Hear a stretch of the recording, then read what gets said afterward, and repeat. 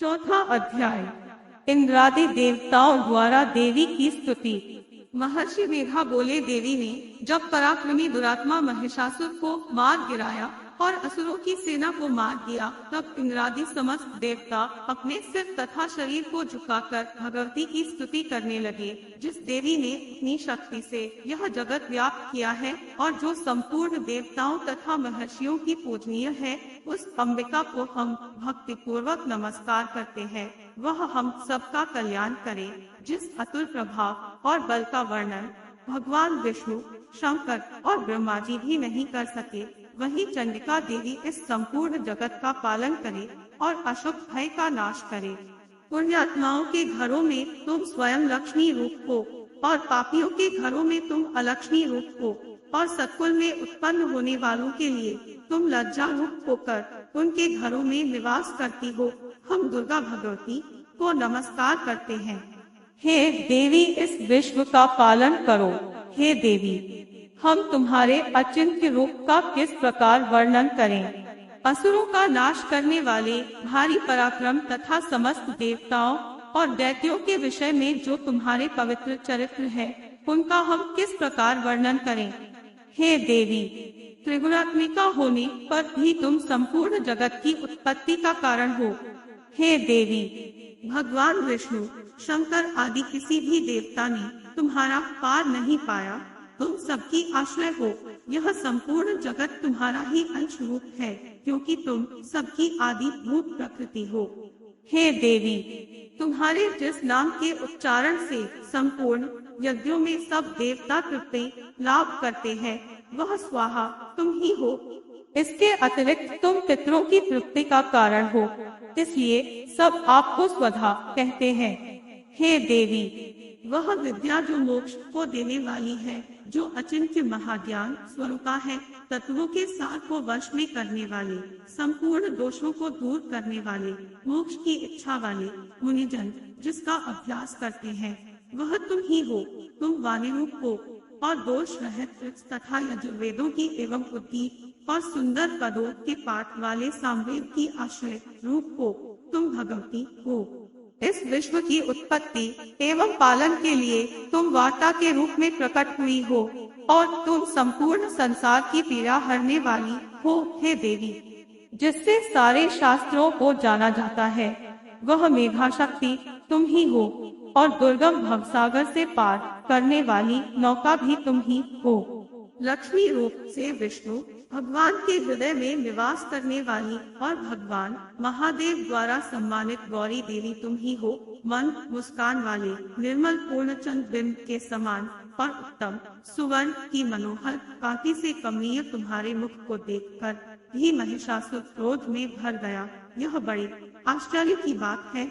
और हे देवी, तुम्हारा यही मुख जब क्रोध से भर गया तो उदय काल के चंद्रमा की भांति लाल हो गया और तनी हुई भौहों के कारण विकराल रूप हो गया। उसे देखकर भी महिषासुर के शीघ्र प्राण नहीं निकल गए। यह बड़े आश्चर्य की बात है। आपके कुपित मुख के दर्शन करके भला कौन जीवित रह सकता है। हे देवी, तुम हमारे कल्याण के लिए प्रसन्न हो। आपके प्रसन्न होने से इस जगत का अभ्युदय होता है, और जब आप वृद्ध हो जाती है तो कितने ही कुलों का सर्वनाश हो जाता है। यह हमने अभी अभी जाना है कि जब तुमने महिषासुर की बहुत बड़ी सेना को देखते दो मार दिया है। हे देवी, सदा अभ्युदय प्रताप देने वाली तुम जिस पर प्रसन्न हो जाती हो, वही देश में सम्मानित होते हैं। उनके धन यश की वृद्धि होती है। उनका धर्म कभी शिथिल नहीं होता है और उनके यहाँ अधिक पुत्र पुत्रियां और नौकर होते हैं।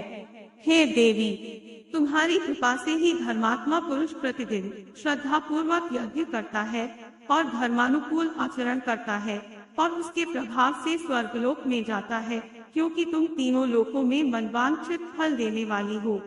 हे माँ दुर्गे, तुम स्मरण करने पर संपूर्ण जीवों के भय नष्ट कर देती हो और स्थिर चित्त वालों के द्वारा चिंतन करने पर उन्हें और अत्यंत मंगल देती हो। हे दारिद्र्य दुख नाशिनी देवी, तुम्हारे सिवा दूसरा कौन है। तुम्हारा चित्त सदा दूसरों के उपकार में लगा रहता है। हे देवी, तुम शत्रुओं को इसलिए मारती हो कि उनके मारने से दूसरों को सुख मिलता है। वह चाहे नरक में जाने के लिए चिरकाल तक पाप करते रहे हो, किंतु तुम्हारे साथ युद्ध करके सीधे स्वर्ग को जाएं, इसीलिए तुम उनका वध करती हो। हे देवी, क्या तुम दृष्टिपात मात्र से समस्त असुरों को भस्म नहीं कर सकती? अवश्य ही कर सकती हो, किंतु तुम्हारा शत्रुओं को शस्त्रों के द्वारा मारना इसलिए है कि शस्त्रों के द्वारा मरकर वे स्वर्ग को जावे।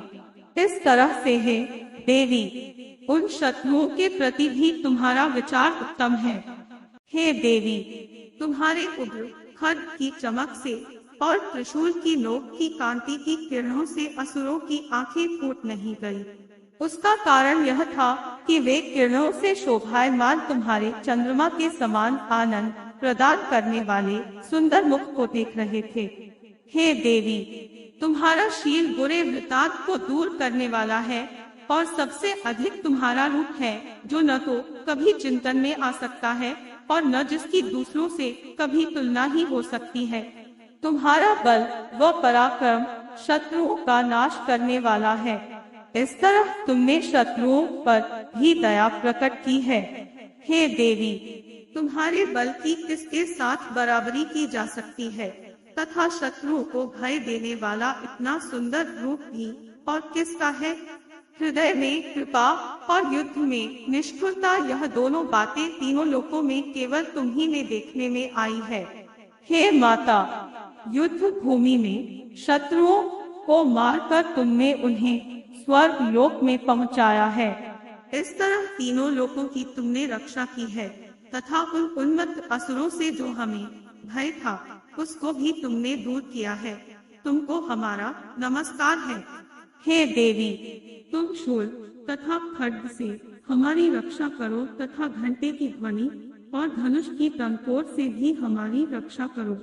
हे चंडिके, आप अपने शूल को घुमाकर पूर्व, पश्चिम, उत्तर तथा दक्षिण दिशा में हमारी रक्षा करो। तीनों लोकों में जो तुम्हारी सौम्य रूप है तथा घोर रूप है, उनसे हमारी रक्षा करो तथा इस पृथ्वी की रक्षा करो। हे अम्बिके, आपके कर पल्लवों में जो खड्ग, शूल और गदा आदि शस्त्र शोभा पा रहे हैं, उनसे हमारी रक्षा करो।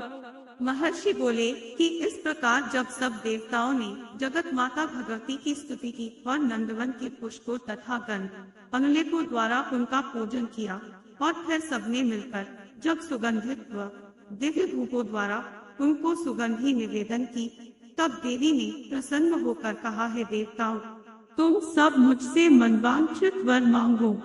देवता बोले, हे भगवती, तुमने हमारा सब कुछ कार्य कर दिया, अब हमारे लिए कुछ भी मांगना बाकी नहीं रहा, क्योंकि तुमने हमारे शत्रु महिषासुर को मार डाला है।